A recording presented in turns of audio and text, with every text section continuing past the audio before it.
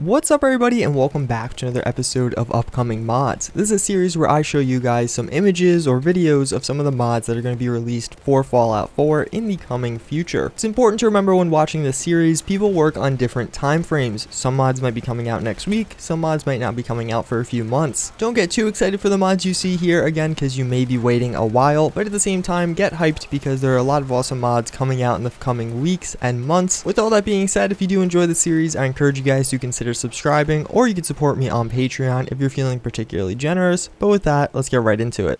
So first and foremost, we do have the Benevolent Agitator. This is by a mod author that is also developing the HK416, so if you've seen some of those preview videos, get hyped because this guy's making some great work. As you can see, this is going to be a brand new outfit into Fallout 4. It definitely seems like it's going to be female inspired, but again, not super slutty. It looks like you'll see her stomach or something like that, but nothing excessive. It definitely seems to have a Western inspired theme, having two pistol holsters on either side, as well as some kind of combat cowboy-y looking boots. I'm not really sure, but all around this just looks really good. I do like the different color schemes used here. They seem to complement each other really well, and it's always exciting to see new female armors that aren't super slutty or anything like that. Eleanor is a good mod author that makes a lot of these, but it's exciting to see some other people starting to take up the reins.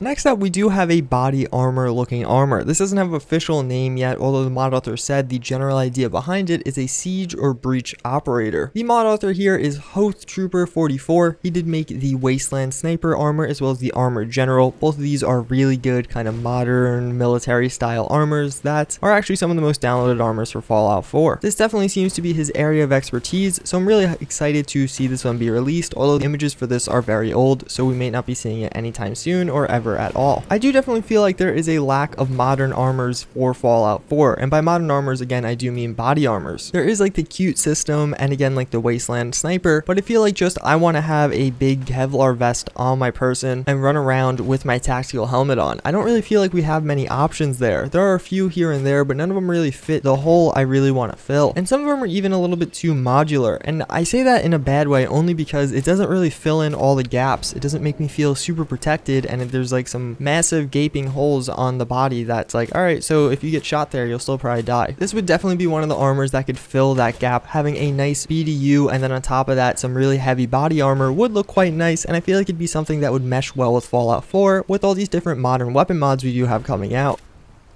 Next up, we do have the Laser RCW. This mod author doesn't really seem to have made anything yet. He does have a few other pictures for different mods, but nothing super substantial. The Laser RCW would obviously be a huge throwback to Fallout New Vegas. This is one of my favorite weapons in that, and although we do have the submachine gun in Fallout 4, which does fill a similar role, it's just not the same. Having that weird future post-apocalyptic weapon in a laser submachine gun, Tommy gun thing would be very cool, and I want to have it back. The pictures we do have of this weapon make it look like it's very high quality, and the detail seems to definitely be there. Even on those little yellow tubes going through, there is little writing, and just everything about it looks really nice. I also feel like we don't really have any good laser weird mix mash weapons in Fallout 4. We have laser weaponry like the laser pistol or plasma weaponry like that, but what about like some weird someone just attached lasers to an existing guns? I guess you can make the argument that the weird Minuteman rifle does fill that, but I don't know, that gun's crap, so no one uses it anyway. Although being from Fallout New Vegas, I definitely feel like this gun would have a very good home in Fallout 4. I think a lot of people would like it for the nostalgia factor, but even on top of that, Fallout 4 reached out to a whole new audience, and I think those people would really just enjoy this gun for itself.